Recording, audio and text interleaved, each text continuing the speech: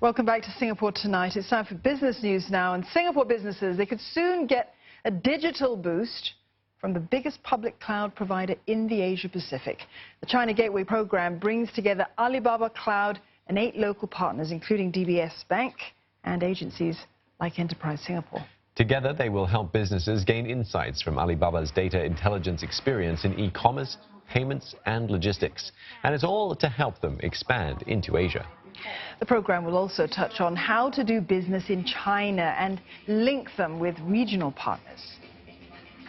I would like to share our technology and our business practice experience to our customers, to our partners, especially for the SMEs, small medium enterprises here.